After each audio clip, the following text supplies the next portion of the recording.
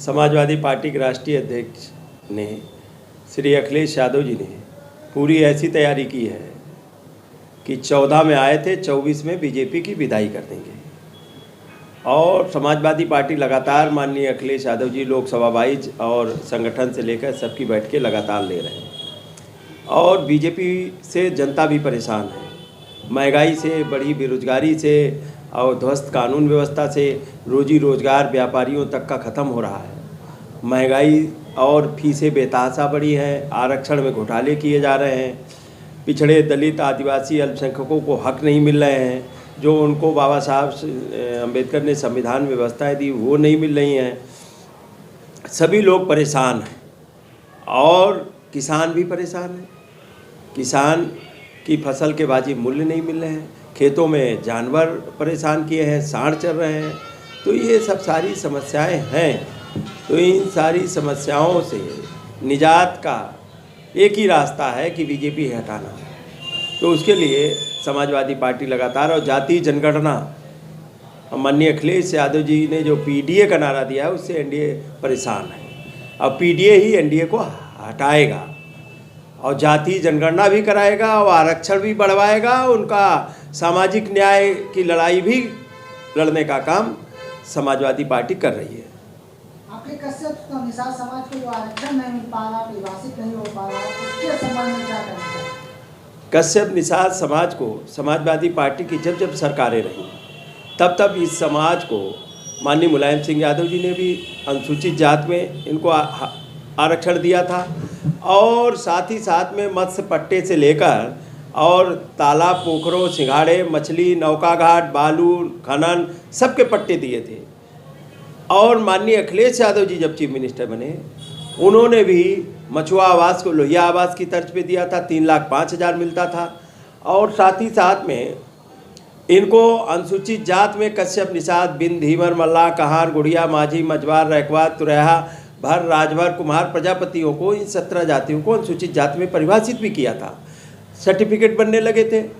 लेकिन उसके बाद में जब 17 में सरकार तब्दील हो गई, लोगों ने कोर्ट में स्टे करवाया, उसके बाद में बीजेपी की सरकार आ गई, कोर्ट में जाके जवाब नहीं दाखिल किया 5 साल। जब कई बार कोर्ट ने फटकार लगाई तो उन्होंने शासनादेश सरकार ने निरस्त कराने का काम किया जिस सरकार में।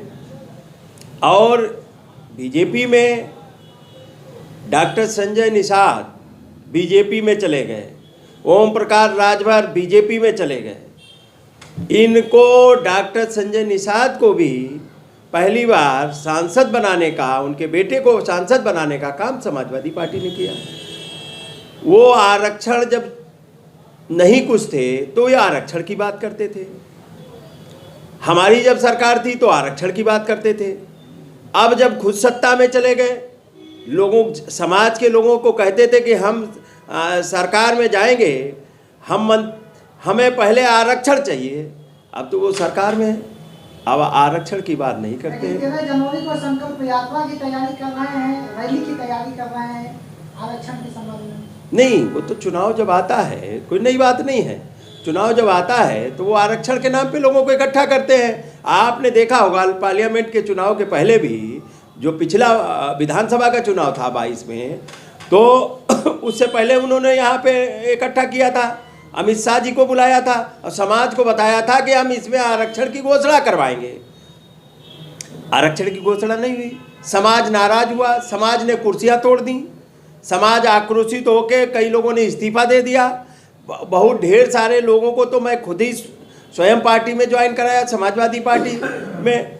तो अब ये कोई नई बात नहीं रह गई है। वो तो डेली प्रधानमंत्री जी से मिलते हैं, अमित शाह जी से मिलते हैं, मुख्यमंत्री से मिलते हैं, लेकिन वो आरक्षण की बात नहीं करते हैं। अब तो कोई एक नहीं, उनको तो 3 आदमी हैं, एक विधायक बेटा है, एक सांसद है, खुद मंत्री हैं, एमएलसी हैं। तो बताइए, वो किसी सदन में आपने बोलते देखा है क्या आरक्षण पे? वो समाज के बीच में जाते हैं तब कहते हैं कि आरक्षण होना चाहिए। जब सदन में जहाँ से आरक्षण मिलना है, सदन में कभी आरक्षण की बात नहीं करते। मैंने डॉक्टर संजय निषाद जी से पूछा, जब मैं सदन में था, एमएलसी था, मैंने कहा आप क्यों नहीं यहाँ आरक्षण की बात करते? बीजेपी में कोई आरक्षण की बात अपने हक अधिकार की बात नहीं कर सकता, न वो कर रहे हैं। टिकटें भी उनको मिली थी 15-16, तो कितनी निषादों को दे दी उन्होंने, बताओ।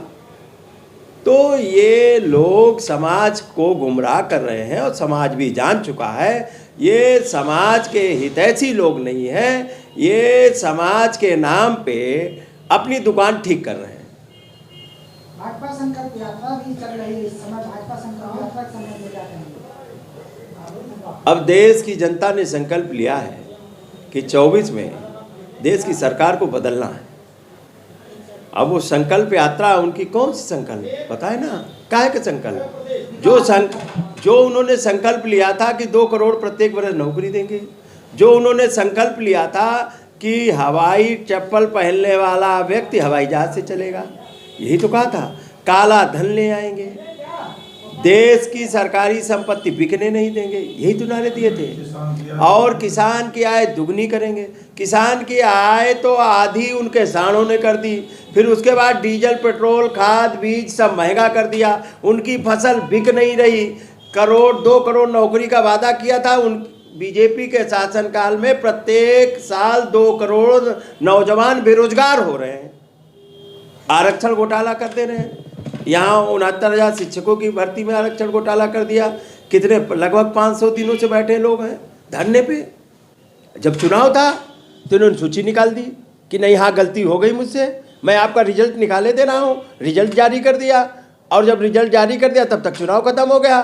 चुनाव खत्म हो गया, तब से वो मारे मारे घूम रहे हैं। धार्मिक सांस्कृतिक भी विकास हो रहा है देश में।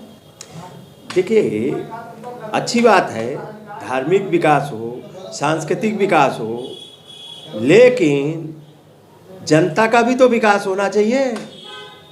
सड़कों का विकास होना चाहिए, अस्पतालों का विकास होना चाहिए। केवल भ्रष्टाचार का विकास हो रहा है। भगवान राम को जब नहीं छोड़ रहे हैं, चंदे में भ्रष्टाचार हुआ, जमीन खरीद में भ्रष्टाचार हुआ, तो बताओ, ये राम के मानने वाले लोग हैं, ये राम के नाम पे लूट करने वाले लोग हैं। अब राम मंदिर बन रहा है 22 जनवरी को, इसका उद्घाटन। अरे भाई मेरे, अच्छा है राम मंदिर बन रहा है, ठीक है, एक समस्या खत्म हुई, लेकिन ये भगवान के नाम पे भ्रष्टाचार भी तो कर रहे हैं। क्या जमीन में घोटाला हुआ कि नहीं हुआ? क्या उनके चंदे में घोटाला हुआ कि नहीं हुआ? और देश के प्रधानमंत्री आधा अधूरा बना हुआ मंदिर का उद्घाटन करने जा रहे हैं। दूसरी बात, वो धर्म को मानना, यहाँ विभिन्न धर्मों के मानने वाले लोग रहते हैं। कोई राम को मानता, कोई कृष्ण को मानता, कोई दुर्गा माता को मानता, कोई नमाज पढ़ता, कोई चर्च में जाता, कोई गुरुद्वारे में जाता।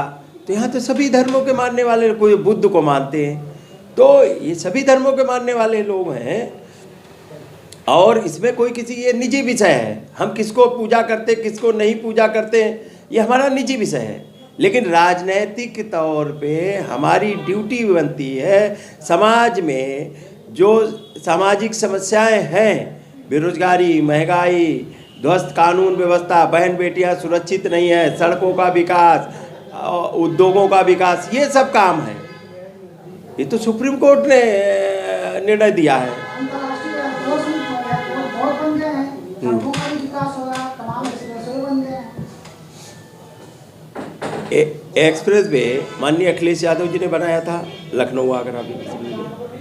लखनऊ आगरा एक्सप्रेस वे इतना शानदार एक्सप्रेस वे रिकॉर्ड समय में बन के तैयार हुआ। पूर्वांचल का भी एक्सप्रेस वे का काम और 70-80% ज़मीनें, ये सब माननीय अखिलेश यादव जी ने किया था। इनका नंबर आया बनाने की तो सड़क छोटी कर दी, और उसके बाद इसमें कटौती कर दी कई संसाधनों में। इसके मंडी बनना था, सारी चीज़ें बननी थी, तो कटौती कर दी। साथ ही साथ में एक बुंदेलखंड एक्सप्रेस वे बनाया, जिसका उद्घाटन प्रधानमंत्री जी से कराया, और वो पहली बार 3 ही दिन बाद बरसात हुई, सड़क बह गई। तो ये तो भ्रष्टाचार का दलदल है। और देश के प्रधानमंत्री जी ने उद्घाटन किया।